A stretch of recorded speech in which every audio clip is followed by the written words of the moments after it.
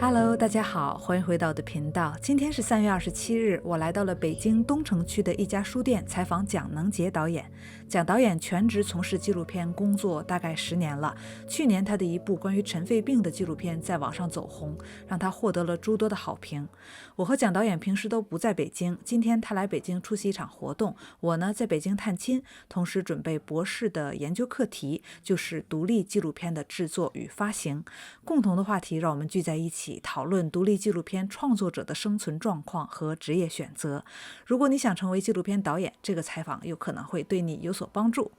我叫蒋能杰，我是湖南的，我是一毕业就开始拍独立纪录片，因为早期我还去上班，后来发现拍纪录片很需要时间，也需要时间去耗，所以后来就2011年年底我开始独立，就基本上是全职吧。因为我其实以前喜欢文字，后来发现自己文字方面并不擅长，后来才发现，就可能觉得影像比较有魅力吧。当然，影像可能是我追求自由的一种方式，对，它可以用影像方式或者独立纪录片这种方式，它可能是我一种工具去表达我的想法，比如表达我对社会的一些，就是社会的关注。第一个作品就是可能我上了学以后，就从那个村里面，后来上了大学。回头看我们村子，可能就没那么习以为常了。就好像我们乡村为什么老是留不住老师代课老师，我们代课老师上访很多年或者代课很多年，为什么转不了正？为什么我们乡村的学校要拆了？因为90年代有一个叫赤点病校，就把我们村的小学给拆了，就是我的母校。所以当时最简单动机就是我要记录这个东西，还有我要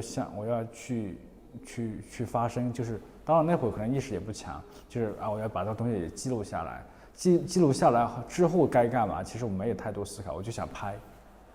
后面才去慢慢思考，我拍完以后我怎么去宣传，怎么去参展，怎么去推广出去，这是后面慢慢摸索的路。之前我就想拍，我从09年开始拍独立纪录片，10几部吧，就差不多1年1部的样子，80%是我自己，大部分资金是我自己的，这资金要不就是做商业的挣钱，要不自己攒钱，早期我还借钱拍。我很少拍一个片子就是钱找够了我再拍，我都是有那么一点启动资金，或者有时候都没启动资金，我就自己先拍，因为我有机器，我更多时间成本。当然也有那么1、2部纪录片我是找钱差不多了我再拍的，其他片子就很少有我钱找够了再拍，我就是拍没钱我去做了别的挣钱，或者就是当然纪录片好是什么，就是它经得起等，或者你时间跨度越长，因为我拍没钱我就干别的挣钱，回来再拍，其实故事有变化，你时间可以见证很多变化，我们的主人公，我们的故事的进展，就我们拍摄的主线的一个进展。独立可能很多人理解就是一个就是你的资金来源比较独立，就不是什么大的工业，什么大的影视公司啊，大的什么工业化操作啊，可能个人化作者风格的一些作品，这是独立。可能在我觉得内容上的一个独立，我觉得内容是为什么有些钱我是很谨慎的，有些钱是不能拿的，你拿的话你就很难自由创作了。本来影像是我追求自由一种方式，如果拿了这个钱我不能自由创作，那我还不如去更准确点去做点商业的视频。所以我就有时分得很开，这个就是我一个作品，我要坚持独立性。可能拍独立纪录片，意思你的作品比较迎合自己，不太迎合市场，也没法去商业化，所以资金上会比较困难。还有就是你的全部渠道会是一个很大的阻碍，因为你既然你是独立，可能就很多人不接受审查，不太接受商业的操作模式，或者可能风格比较独特、个人化。特别审查这一关，如果你片子不跟审查制度完，或者不拿到龙标，你可能进不了电影院，视频网站可能公开也比较困难，全部也比较困难。因为以前还好，就10年前、5年前可能会视频网站可以让你全播，现在你稍微有独立姿态、批判精神的独立纪录片，你发到网上去很可能被删掉。像我们的矿棉马夫尘肺病，主流视频网站基本都不敢公开啊，你发上去也被删了。我拍纪录片比较少，就是拍剧情片我会考虑，因为你的剧本你很自由很大胆，你拍也是白拍，最后被删掉，所以因为剧情片成本很高，但是纪录片成本低，我管它后面用不用得着，我先把它拍了。而且你要删的东西都比较猛的，为什么？这个我肯定不会去不拍，对，甚至我可能后期我做2个版本嘛，所以我不会，我要没有太多，可能更多是自由创作，自己把它记录下来拍下来，没有太多。后面其实很多是修改删减什么，很多是后面的事情。你妥协也好，哎，我删了吧，我修改也好，那是后面的事情。其实第一种的话，其实我没怎么走，就你说的第一种就是去走国外影展，拿国外的钱，去国外去发行。我是没有走这条路，所以我作品很少参加国外影展，特别是纪录片。像王斌导演他就国外走得很好，比如法国啊，所以他片子也很厉害。当然我可能更主要是走国内，我的片子很多是关注这片土地上的人和事，我希望在国内更多全部去影响更多的人。我们一个片子出来，其实走国外也需要很多钱的，宣发什么报名影展，我没这么多预算。再一个我觉得很烦，我英语也不好，也不太去，所以就一直在国内。当然还有就是我拍的很多是这个土地上的人和事，我的同胞的这些人的一些生活。我希望更多，而且我关注很多是社会问题，我希望在国内更好去传播，去影响一些人，或者去发声，去影响人。所以我在国内我是比较重视，当然我的片子可能也没有太去极端，就是我觉得可能我会妥协一点，包括我不太去对抗，我可能希望更多去对话，因为对话有助于问题解决。当然我们也不想太多妥协，因为我觉得做的都不是我想要的东西，或者都已经不是我的初衷了。我就好像做这个东西，我没法自由创作，那我又不能挣钱，又不能自由创作，那我图什么？我总得要图一样，要不就这个作品是我很喜欢的一个作品，是我一个理想，我要做一个作品；要么这个东西我很现实，我要挣钱，对，我要活命，所以就是需要去理想跟现实结合。当然你要分得清楚一些，对，我不能什么都想要，其实很难得。我是没有太多去考虑，我觉得现在我一些片子它已经超出我的预期了，包括传播量这么广，包括口碑还不错，像豆瓣评分那么高，我觉得已经超出我的预期。我觉得没什么好，可能我觉得你是不是题材好还是怎么着？其实已经超出我的预期，我没有想到我片子会得到这么多人关注。当然我也很关心社会，社会也很关心我，所以有很多人支持我去做这种事情，对，让我可以持续的去创作，对，这是我也其实很幸运，我觉得，对，但是早期会比较困难，早期困难很正常，你没作品，没资源，啥都没有，那就好多就是你真的是想做创作这条路，那你就用作品说话嘛，你就片子克服困难，片子一步一步拍嘛，就后面就会好很多。我也是因为早期拍了一些纪录片，积攒了一些资源能力或者一些作品，后面的路才好走点，要不我也干不下去，我也只能去可能就或者转行或者去做我喜欢的纪录片越来越少，可能就做商业的会越来越多。学工业设计的不是学这个的，当然可能你说电影这种路，其实我是小时候就有了，小时候特别喜欢看那种露贴电影，就是那种黄飞鸿啊，就看得热血沸腾，就是特别喜欢，就是可能那种就有启蒙吧，就香港电影，就李连杰演的这种，其实我那种正义那种侠义，我觉得特别受刺激，所以后面就是大学就疯狂喜欢电影，因为看的比较多嘛，就能不能拍，毕业以后，那我就从自己身边的人和事开始拍呗，就那会也很疯狂，没钱就借钱，就买了个机器，就买机器回去就拍嘛。第一部机器什么机器？就是一个那种还是带磁带，就08年、09年那会儿买，就磁带的，就松下的一个。其实那个买错了，不应该买那么大，就是我们觉得哎呀大看起来专业，就唬人嘛，吓唬人，就是很大的一个接扛式的机器。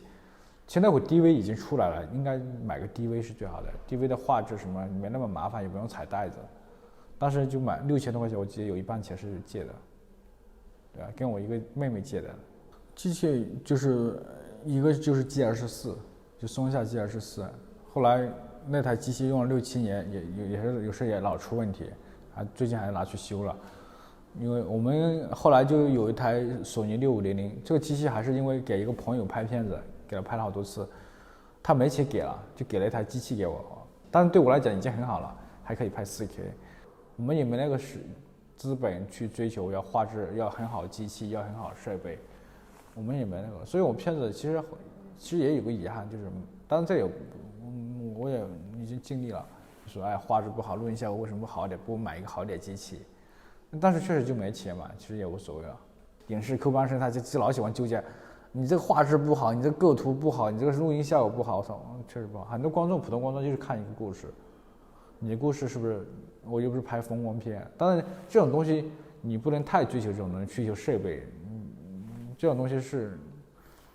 太过了。我可能更多时间精力或者钱花在怎么把这故事讲好吧。绝大多数的钱是花在了哪一项上？比如交通啊、食宿啊，就最基本的一些成本上面去。当时其实设备我花的钱不多，早期是我一个人拍，后面就是慢慢有一个小团队，3-5个人。所以有些片子就是摄影师去跟，就是按我想法，我聚焦的人物，你去跟就可以了。所以实在你在现场不知道我到底想要什么，你就干嘛？你就多拍一点嘛。但多拍一点其实也很累，我后期要看，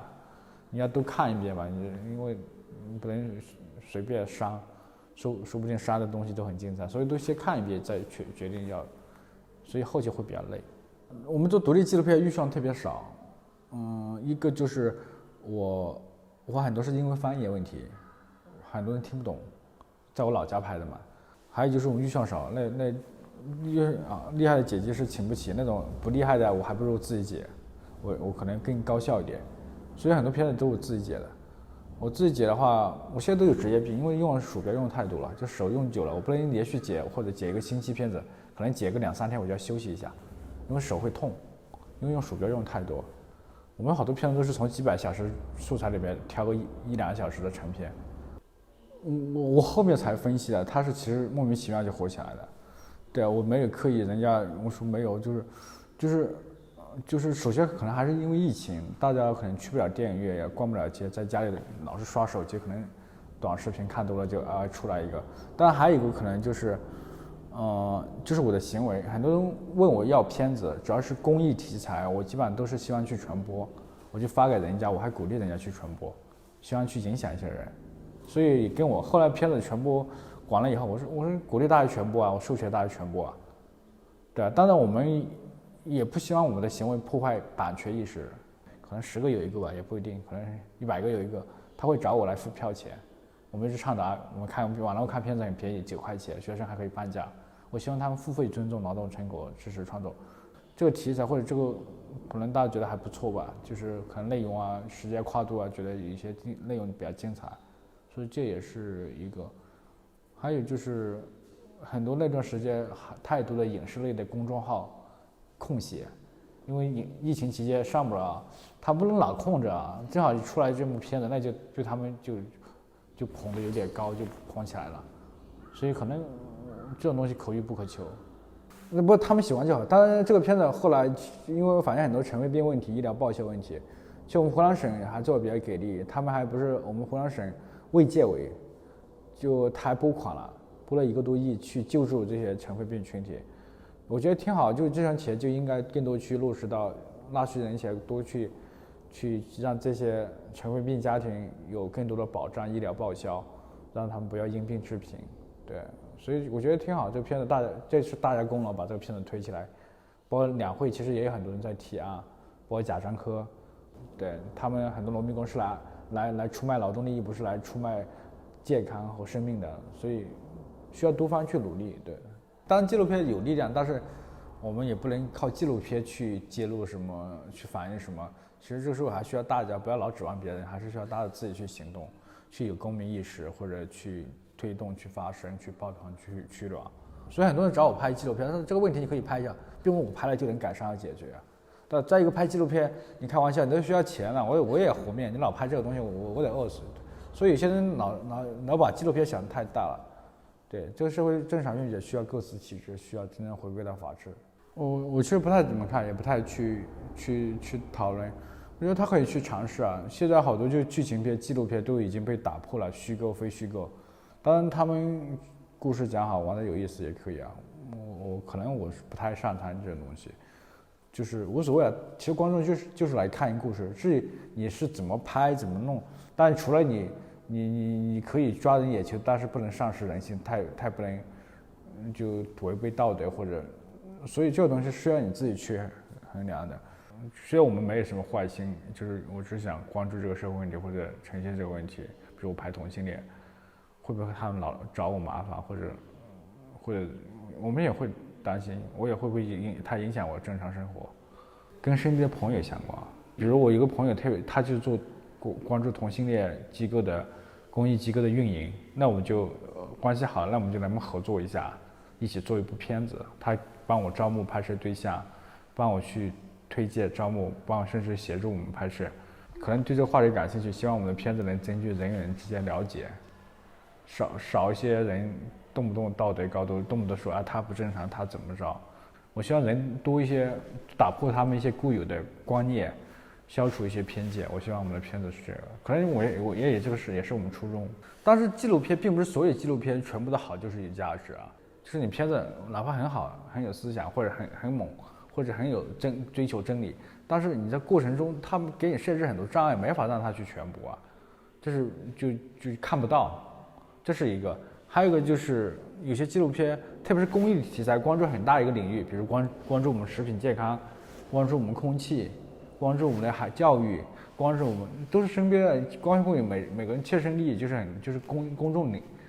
他可能公益题材他可能需要全部，当然有些拍很私人化的东西，影像作品很个人化的东西，当然他不太可能不一定会比较大众化，因为我不是学纪录片的，我也不是学影视的。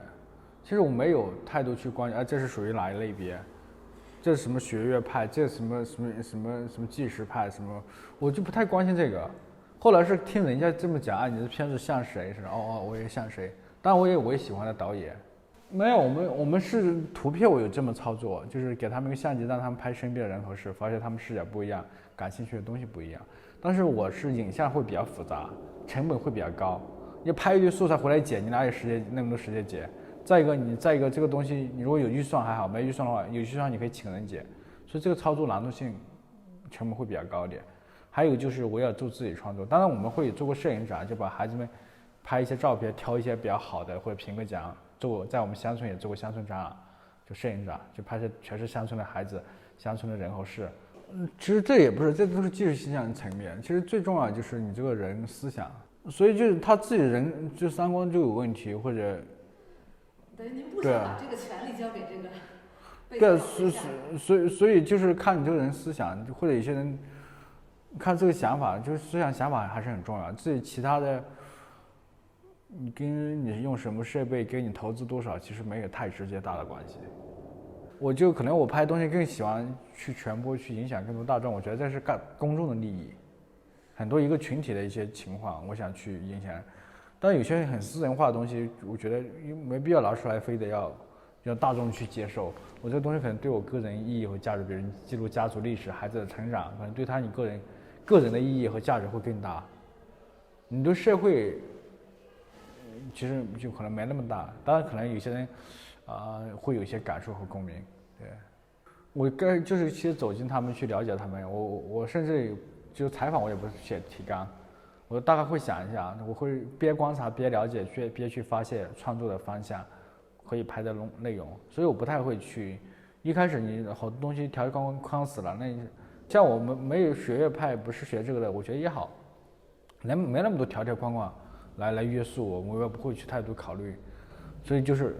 我觉得就是关注人嘛，讲拍人的生活状态故事，这可能就是我的一个。至于其他形式什么好的东西，我觉得不是我最感兴趣的，也不是我很重视这个东西。重新来，我可能也没其他太多选择，可能就这么干了。这个很遗憾，那个很后悔，其实没有，我不会有那么多遗憾和后悔。我该想干的事情，我可能就干了。如果真没干，我就不会去后悔，可能就真的条件很多各方面不成熟。从来别估计还是这个样子，因为我就是这样，就是可能你说我理想也好，我就是觉得就尽量不要活出自己讨厌的样子，或者留那么多遗憾。不过今天你刚才看过的电影《矮婆》，我当时就是特别想拍啊，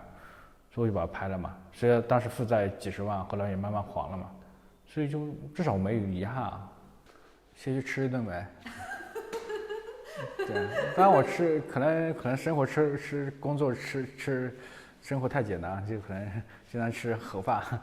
快餐。当然我一直开玩笑，就是可能就一个是那钱，那就片子让我片子更充裕一点呗，就是费用预算，比如我设备可以好一点，我可以请更多人，让我自己轻松一点，就不是什么都自己亲力亲为。或者还有就是可能补贴我家庭，让我生活质量更高一点。或者我现在拍片也很累，每年都在创作，我可以放松一下，我去旅个游，也有可能啊。我觉得人活着还是要享受生活本质。可能我这钱可能让我更宽裕一点，对，可能别关系，反正有钱我就少拍点商业的东西，这个东西不接了，我好像没那么缺钱了。推广上我觉得都需要啊，就是你设置拍得好，你推广你联系媒体，你去出去宣发路演，那可以啊，有费用我就多去跑一下呗。没有，我不是想成为网红才用啊，我是因为片子很多人传播，片子带来很多人知道我当然这个也好事啊，以后我片子出来很多人关注，或者以后拍片没钱了，忽悠起来容易一点，或者就是我片子可能人家更愿意去看，对啊，带来流量，我不知道会不会带来流量，好像我粉丝也不多啊。我说其实我该干嘛还是干嘛，就是该创作还是创作，可能有时这种东西可能会对你创作不一定是一个好事情，会不会乱七八糟事情太多分散你的创作了，因为你的本质还是拍片子啊。反而一些乱七八糟的一些活动，什么乱七八糟的人都来找我，他就会影响我正常生活，会影响我创作。我觉得不一定是好事，说不定还会让你飘飘然了，觉得自己了不起，其实鬼啊！说不定你这个就可能是一个巅峰，后面的作品可能一不比一不差，都有可能。或者你把你心态给改变了，都有可能啊，并不一定是好事情。当然你说从赚钱。如果从这个来衡量，或许是好事。当然，我好像没有，我真的想追求钱这种东西去积累的话，我也估计也不会去一直干纪录片吧。会想过那个，当时没有太多去考虑。不是有些人把我片子也发到 YouTube 啊，我们一些海外发行也把我片子发在海外网站，什么微嘛、油管也有啊。就是去，当然海外电影节我投的比较少，因为要钱啊，你知道吗？因为新闻不好要报名影展需要费用，报名影展几百几千都有啊，报名费都几百几千的，或者什么还有，对啊，不多，但是对我们讲可能都多啊。以前我们还拍电影还负债还欠那么多钱，我哪里就，当然我可能也不太关心怎么去国外影展，我也报的少，国外影展可能什么华沙电影节什么法兰克福也有个影展，当然他们拿奖也会给我奖金，这我比较感兴趣的，自己去那个，当然它是一个很好的平台，可以卖片子，这也是一个很好的展示平台。首先我觉得就是拍纪录片啥时候都不晚，你自己去衡量这个东西，我又不是人生导师，我要去指导，你就是说拍纪录片啥时候不晚，或许你活得更通透更透彻，可能拍的东西会更好。当然，很多纪录片是拍出来的，不是想出来。如果真的想干的话，就干。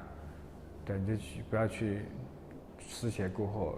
对，你选择太多，可能就没有选择了。对，我们有些片子是在视频网站是可以搜索得到的，有些是找不到。像爱奇艺有些我的片子可以在上面 ，B 站也有啊。但这里是一些比较儿童啊、教育这种比较所谓的正能量题材。但有些片子我找不到，有时候很麻烦，就只能在一些。我的自媒体什么豆瓣什么微博啊，去私信我，我再给他一个片源。当然片源可能你要及时下，可能说不定后面一失效了，所以只能就私信找我，可能会找得到。非常感谢您，好，谢谢。